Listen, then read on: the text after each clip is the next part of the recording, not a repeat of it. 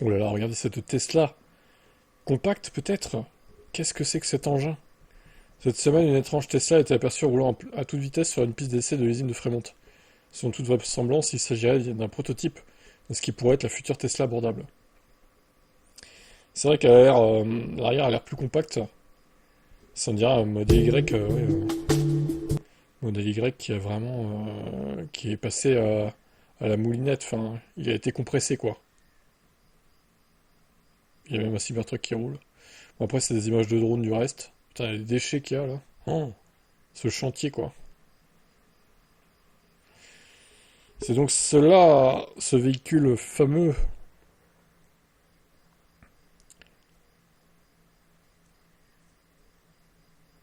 Ça ressemble vachement à un modèle Y, mais légèrement raccourci, quoi, de 20 centimètres peut-être. C'est dur à dire comme ça, là. Après, si c'est ça, c'est déjà pas mal, hein. Par contre, il faudrait qu'ils le rendent un peu plus étroit aussi. Genre 1,80 m, mais bon, ça, je pense pas qu'ils le feront. Bon, après, c'est des séquences aériennes, le reste, voilà. Même si certaines parties sont cachées, plusieurs éléments sautent aux yeux, le véhicule semble bien plus compact que le modèle Y actuel. Tesla a donc décidé de le différencier du modèle Y afin de ne pas perturber la carrière commerciale de ce dernier. Une sage décision. Il pourrait s'agir d'une version performance, mais ça semble peu probable.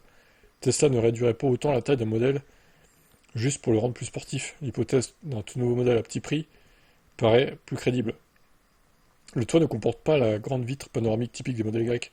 Cette suppression est un indice fort. Enlever cette vitre représente une économie importante dans le coût de fabrication. Ça va dans le sens d'un véhicule conçu pour être plus abordable. Lors du dernier point que les investisseurs, Moravi, vice-président de l'ingénierie chez Tesla, avait précisé que les futurs modèles abordables auraient une forme très proche de celle des modèles grecs et 3. L'objectif est d'optimiser les lignes de production existantes sans devoir construire de nouvelles usines, mais plus courtes, moins habitables et moins bien équipées. Il sera un modèle à part entière dans la gamme réduite du constructeur. Bah c'est bien, franchement, s'il sort, hein. C'est bien. Moi j'attends que ça, hein, Tesla nous propose enfin un modèle compact, quoi. Et vous êtes, je pense, beaucoup à attendre. Il reprend le style général du modèle Y, mais dans une version plus petite et plus simple, même si Tesla n'a encore rien annoncé, tout porte à croire que ce modèle économique est en préparation. Reste à savoir quand il sera révélé au grand public. Et c'est ça. Parce qu'avec Tesla, bah, on sait vraiment au dernier moment les nouveaux modèles. Enfin, dernier moment. C'est vrai que le modèle 3 a été annoncé il y a longtemps. Et puis après, elle est arrivée plusieurs années après. Mais bon, j'ai l'impression que là, ça a l'air d'être fini ça en fait. Là, ils sont moins sûrs d'eux. J'ai l'impression que les modèles, au final, ils arrivent comme ça, ils pop là, et puis bah, quelques semaines après, ils sont commercialisables en fait.